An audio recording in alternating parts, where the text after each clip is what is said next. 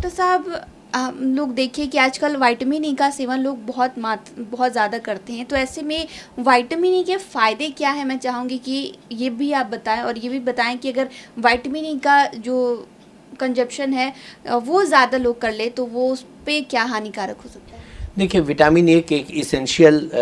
Vitamins में से आती है और इसके बहुत सारे फ़ायदे हैं जो स्किन की ग्लो को मेंटेन रखते हैं, इंटीग्रिटी को मेंटेन रखते हैं, एपिथेलियम की इंटीग्रिटी को मेंटेन रखते हैं, जो नर्व सेल्स है उसके रिजेनरेशन में, उसके बनने में, उसके कंडक्शन में बहुत हेल्पफुल होता है, कार्डियक टिश्यूज़ के में हेल्पफुल रहता है, ब्रेन के सेल्स को बनने में और उसके पूरी तरह से एक्टिव रहने में हेल्पफुल रहता है, तो आँखों की रोशनी के लिए हेल्पफुल रहता है। तो ये विटामिन ई के मल्टीफेरियस रोल है जो कि बहुत प्रोटेक्टिव होते हैं और बहुत अच्छे होते हैं, जो शरीर को इम्यून सिस्टम को बढ़ावे में भी देते हैं। लेकिन चूँकि विटामिन ई एक फैट सोल्यूबल विटामिन है, जैसे विटामिन ए है, विटामिन डी है, विटामिन ई है, विटामिन के है, ये चारों फैट सोल्यूबल विटामिन होते हैं। तो फैट सोल्यूबल विटामिन में क्या होता है कि अगर आप एक्स्ट्रा विटामिन ले रहे हैं, हाइपर विटामिनोसिस कहते हैं, तो वो आपके फैट सेल्स में और डिफरेंट जगहों पर वो जमने लगता है, और बहुत ज़्यादा अगर विटामिन हो गई,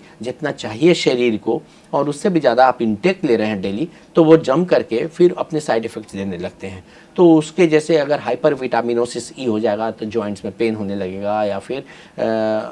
गैस्ट्रिक भी होने लग सकता है, अपच होने लग सकता है, थोड़ी पेट भारीपन होने लग सकती है अगर बहुत ज़्यादा विटामिन ई आप ले रहे हैं तो वो स्टोरेज आपके फैट सेल्स में शरीर के इसमें होने लगता है एक्स्ट्रा, तो वो घाटा का चीज़ है। उसी तरह से जो भी अगर फैट सोल्यूबल विटामिन होते हैं उसकी मात्रा एक लिमिट होती है जो कि बॉडी को पर डे रिकमेंडेड अलाउंस कहते हैं RDA, उतना ही लेने की आवश्यकता होती है। अगर बहुत ज़्यादा लेंगे तो वो घाटा भी करेगा। डॉक्टर साहब, अगर देखिए कि अगर इसके हम जैसा कि आपने बताया कि कब कैसे अगर लेते तो उसके फ़ायदे क्या है, नुकसान क्या है, ऐसे में अगर हम बात करें कि किस समय लेना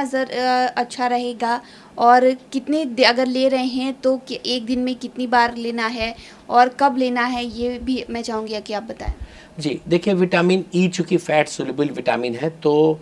एम्प्टी स्टमक लेने में बहुत फ़ायदा नहीं होता है, क्योंकि एब्जॉर्प्शन उसकी फ़ैट सेल्स के साथ साथ ज़्यादा होती है, तो खाने के बाद लेना उचित रहेगा, जबकि जिसमें कि एब्जॉर्प्शन उसकी ठीक ठाक रहे। और उसके साथ साथ ये भी देखना ज़रूरी होता है कि विटामिन ई की डिफिशियंसी कितनी है। अगर बहुत ज़्यादा डिफिशियंट है तो 400 to 600 पर डे अलाउंस रहेगा। अगर बहुत माइल्डर डिफिशियंसी है तो 200 पर डे वाला भी चलता है कैप्सूल।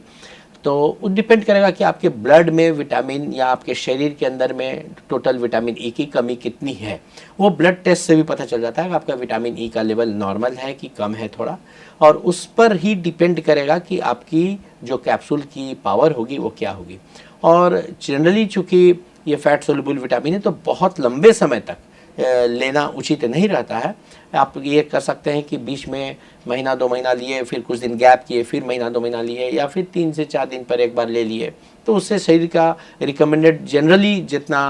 ज़रूरत होती है वो मिलता रहता है, और हाइपर विटामिनोसिस ई होने की संभावना भी कम हो जाती है। जैसा कि आपने बताया कि डॉक्टरों के सलाह पे या फिर चेक किया जाता है कि लेवल क्या है, ऐसे में आजकल बहुत बार लोगों को देखा जा रहा है कि बिना डॉक्टर की सलाह के भी विटामिन ई का सेवन कर रहे हैं, लोग खा भी रहे हैं, लगा भी रहे हैं, तो ये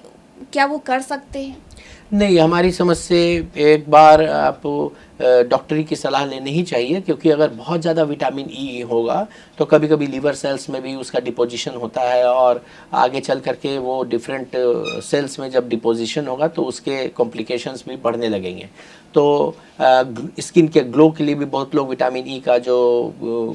ले पाता है वो लगाते हैं, तो स्किन पर उतना खराबी नहीं करेगा जितना कि ओरल इंटेक के अंदर में जाने पर कर सकता है। इसलिए अगर लंबा विटामिन ई का सेवन आप कर रहे हैं तो चिकित्सकीय सलाह ज़रूर लें।